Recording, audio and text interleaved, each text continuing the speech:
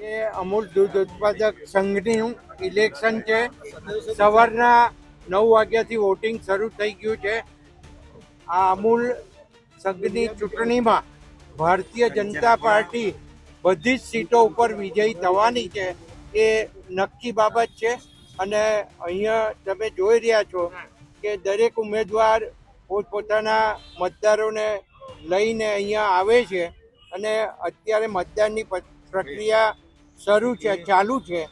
ત્યારે હું પણ એક નડિયાદ વિભાગની અંદર ચૂંટણી એજન્ટ તરીકે મારી જવાબદારી છે અને મેં પણ મારો મત આપ્યો છે.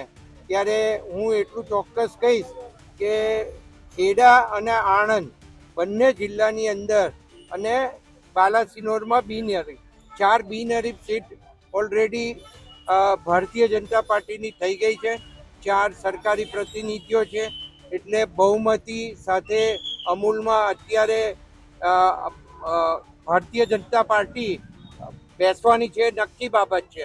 અને હવે જે મતદાન થવાનું છે એમાં એક પણ સીટ જવાની નથી અને તમામ સીટ ઉપર અમારા મતદારો અમારા ઉમેદવારોને વિજય બનાવવા માટે એ આવી રહ્યા છે. પંકજભાઈ, અત્યાર સુધી તમે તમારા એજન્ટો હતા અને આજે તમે એજન્ટ બન્યા છો, એટલે આમાં ભારતીય જનતા પાર્ટીની અંદર કાર્યકર્તાનું મહત્વ હોય છે.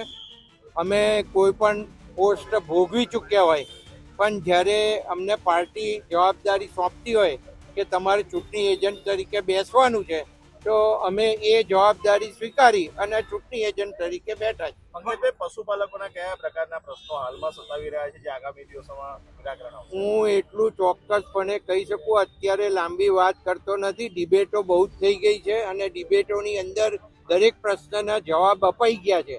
પણ પશુપાલકોની ચિંતા કરીને તમને ખબર છે કે દેશના વડાપ્રધાનશ્રીએ સૌથી પહેલું સહકારિતા ખાતું શરૂ કર્યું અને એમાં આપણા ગુજરાતના અમિતભાઈ સાહેબ જે સહકાર ખાતાના પ્રધાન તરીકે કેન્દ્રની અંદર બિરાજમાન હોય ત્યારે નક્કી કર્યું છે કે સહકારિતા ખાતાની અંદર એક મોટો બદલાવ આવે, પશુપાલકોની ચિંતા થાય, ખેડૂતોની ચિંતા થાય.